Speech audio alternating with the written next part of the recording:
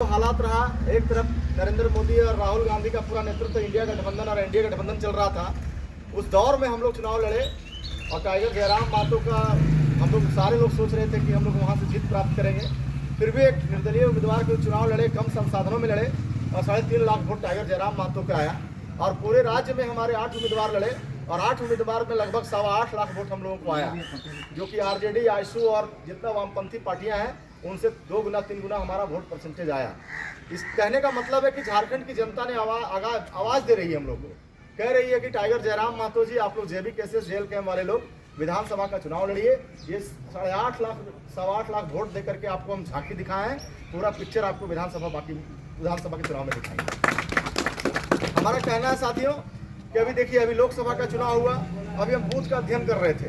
यहाँ एक तरफा बीजेपी को वोट पड़ा है लोकसभा के चुनाव में, जबकि क्या डेवलपमेंट हुआ, नहीं डेवलपमेंट हुआ, मंत्री जी के बारे में आप लोग सब लोग जानते हैं, क्या काम हुआ नहीं काम हुआ आपके हाथों में है।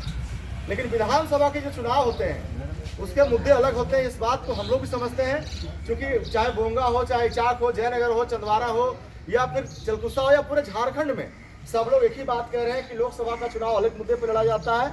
विधानसभा के चुनाव में जो टाइगर जयराम मातो ने हम लोगों को विचारधारा दिया है, जो उन्होंने आवाज़ दिया है, जो झारखंडियत की बात की है, जो खतियान की बात की है, उस खतियान के मुद्दे पर हम लोग झारखंड के चाहे किसी वर्ग के हों, किसी समाज के लोग हैं, हम लोग जयराम मातो के साथ रहेंगे। देखिए, चुनाव का दौर अभी विधानसभा का आएगा और विधानसभा के दौर में बहुत सारी पार्टियां आपके पास आएंगी और पार्टियां आने के बाद में आप ही लोग से संपर्क किया जाएगा और कहा जाएगा कि रे देखो रे तेरे गाँव में देखो कहते लड़का तू गाँव में बोल भैया 25-30 को तू वो कहते मुर्गा लागता हो 30-35 किलो हो तो यार बोल दवाई पानी बोल ना भैया चुनाव महुआ हुआ कोई पीता हो, सबके आरएस चाहिए, चाहे ब्लेंडर चाहिए। आदमी करता क्या है, हम प्रैक्टिकल बात बता रहे हैं। हम लोग चुनाव लड़े हैं, हारे हैं, जीते हैं, चुनाव लड़वाए हैं। लोग आज के डेट में राजनीति को बना दिया पैसा कमाने का फैक्ट्री, कि चुनाव लड़ने जाओ, एमएलए का, एमपी का 5 करोड़ खर्चा करो और चुनाव जीतने के बाद 5 साल में 50 करोड़ का अकूट संपत्ति, न्याय संपत्ति बनाओ। और जब चुनाव आता है तो हमारे क्षेत्र के भी नौजवान या किसी और क्षेत्र के नौजवान इस फिराक में रहते हैं कि अरे सरवा जे देर लोग लूट ले रहे, फिर 5 साल में सब लुटबे करते।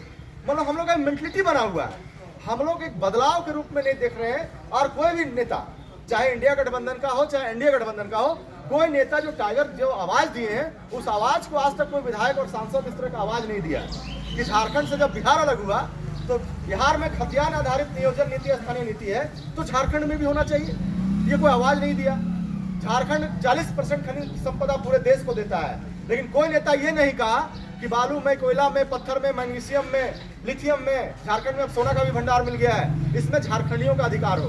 अभी आप पत्थर का लीज करते हैं, कोयला का लीज करते हैं या बालू का लीज करते हैं तो आप सरकार को जमीन दे देते हैं या कोई कंपनी आती है उसको आप लीज दे देते, एग्रीमेंट कर देते हैं, 10,000, 20,000, 50,000 एक पैसा तय करते हैं। लेकिन क्या उस खनिज संपदा पे आपका अधिकार है? नहीं है। अभी आप देखिए, आपके अगल बगल में कहीं बालू है, नदी है, आप 1 ट्रैक्टर बालू उठा के देख लीजिए, 1 ट्रैक्टर कहीं बालू उठा लीजिएगा तो लगेगा आप कितना बड़ा AK-47 लेके घूम रहे हैं कि पुलिस और सीओ आके धट से पकड़ लेगा और आपका ट्रैक्टर ले जाके बंद कर देगा। अंदर से 50,000 दीजिएगा तो छूट जाएगा, और नहीं दीजिएगा तो जाइए Manning officer, he officer, who officer, सबको चढ़ावा चढ़ाइए और उसके बाद बेल कराइए, तब आपका ट्रैक्टर आएगा।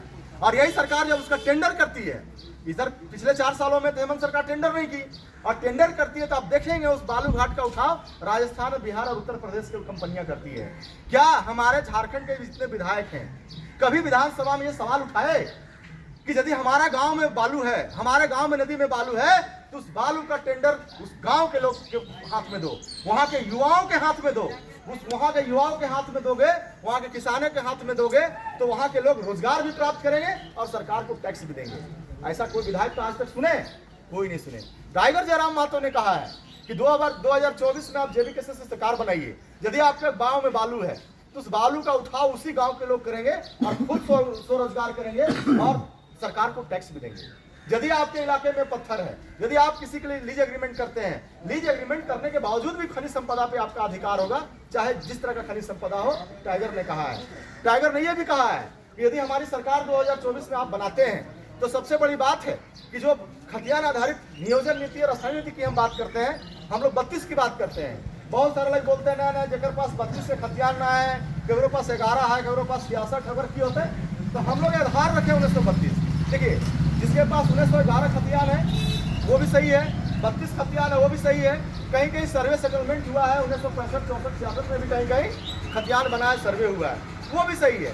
लेकिन अगर 1932 का आधार हम लोग इसलिए मानते हैं कि 70 के बाद, 75 के बाद, 60-70 में यहाँ पे बहुत सारे इंडस्ट्री लगा अपना झारखंड में, बहुत सा माइनिंग इलाका खुला, कोयला का माइनिंग खुला, डीवीसी आई, एनटीपीसी आई, सीसीएल आया, एसीएल आया, तो सीसीएल आया तो उत्तर प्रदेश और बिहार के लोग यहाँ पे नौकरी करने के लिए आए थे, क्योंकि हमारे झारखंड लोग उतना जानकार नहीं थे, उतना समझदार नहीं थे, पढ़े लिखे लोग भी नहीं थे।